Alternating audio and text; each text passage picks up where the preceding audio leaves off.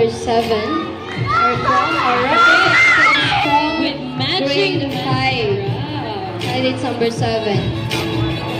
May magazine. Hindi na siya binabasa ngayon. Sinusuot na siya. Yes! Ang ganda. Talagang pinaghirapan mo pati yung mga ribbons and flowers na nasa kanyang gamit. Go, Pauline! Ma'am, yung earrings. Very elegant. Made of ano rin? Made of magazine din ba yung earrings? I guess so, ma'am. Pwede bang mga-arbor right after the fashion?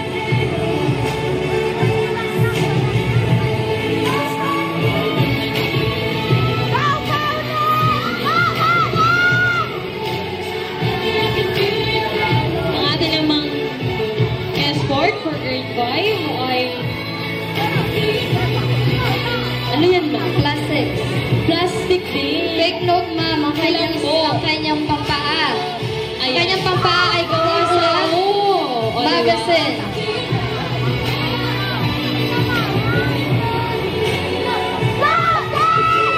If you could see his footwear, he is wearing a slipper made of recycled magazines. Yes. magazine.